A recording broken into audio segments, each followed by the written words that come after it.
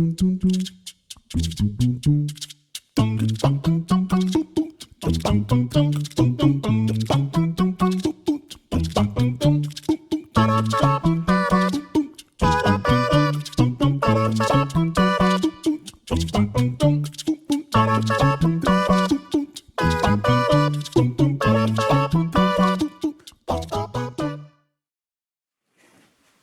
everyone, in today's video we are going to be talking about how to start studying when you flat out don't want to. So if you're watching this video because you are in desperate need of a kick in the butt, you came to the right place. Number 1, human minds as cognitive misers. Now this is a psychological term used to describe our tendency to want to conserve mental energy and resources as much as possible, as often as possible. AKA when it doesn't have anything to do with our survival, we tend to opt for the easy way out. And so if you look at studying and getting work done and being productive as something extremely mentally and or physically draining, it is no wonder that you are faced with this block preventing you from starting. My first advice to you is to use the chunking or dissection method when approaching heavy, hardcore work. Instead of looking at your textbook and being like, I have 2,000 pages to read,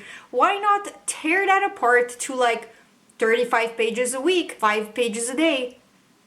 Make studying and getting work done easy for you. Number 2, overthinking and procrastination.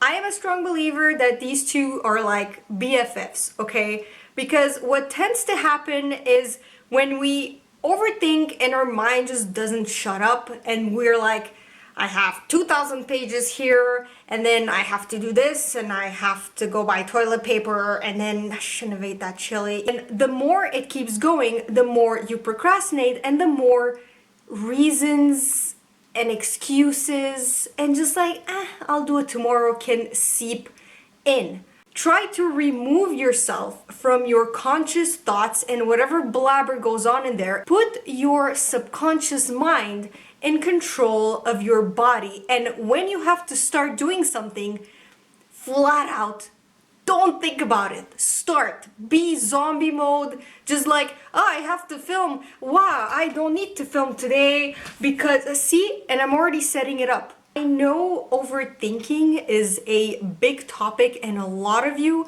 are asking me to do a particular video on this. So let's get this video to 1,500 thumbs up and then I shall do one for you. In Romanian or in French, whatever you like, I'll do it. Number 3, frozen by the fear of failure. I want you to listen to something, okay? A study found that students who had a fear of failing adopted learning as a way to stroke their ego, to prove that they were superior to others. Fixed mindset.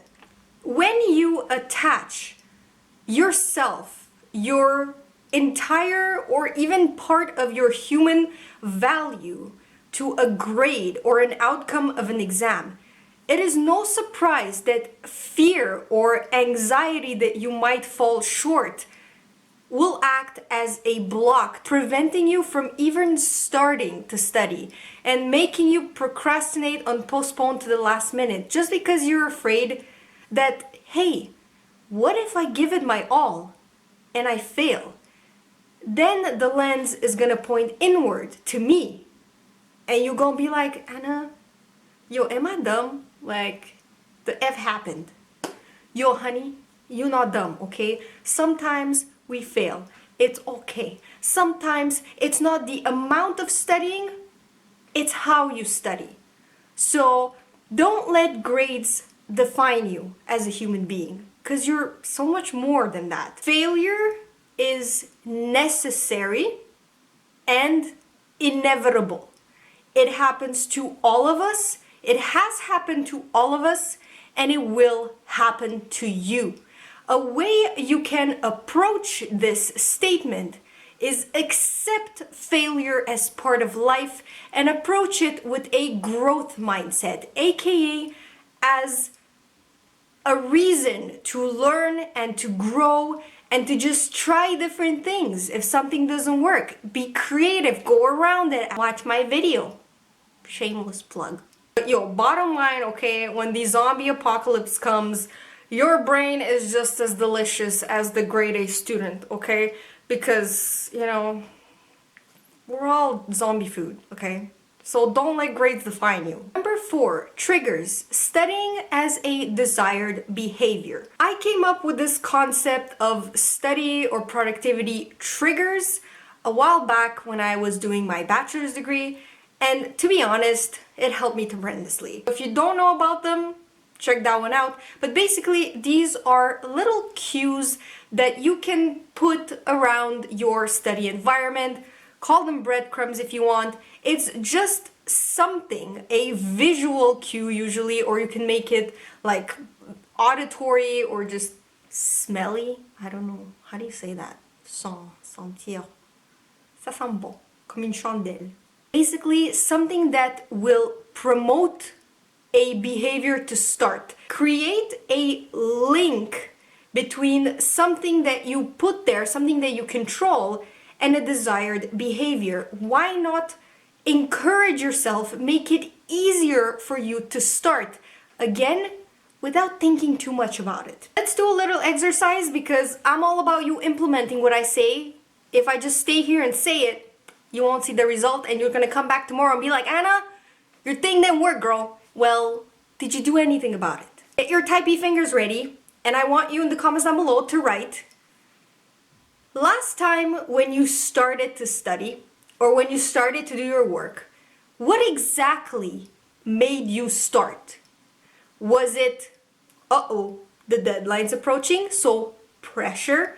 Was it, the book was there, so I read it? Whatever motivated you to start, write it in the comments down below and get more of it. You don't have to wait for those cues to magically appear like pixie dust, okay? Sorry to say, but Tinkerbell is not real. It's like Santa. I'm kidding.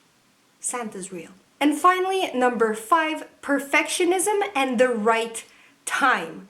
Now, I've spoken a bit about this in my How to Study When You Don't Feel Like It video, but since this particular problem is my personal problem when I have to study, I want to focus more on the perfectionist thing of this whole issue. I'm the type of person that everything has to be right. The time, the mood, the alignments with the stars, you know, everything before I start to study. Guess what? Out of all that perfectly written text or whatever I wrote in my notes, what I'm gonna remember the most actually is where I messed up or like ran out of ink and the writing starting to look different. Imperfections can actually be helpful. They're there. It's never gonna be perfect. Learn how to work with or around imperfections. Don't just wait for that full moon, Jupiter and Venus type of thing.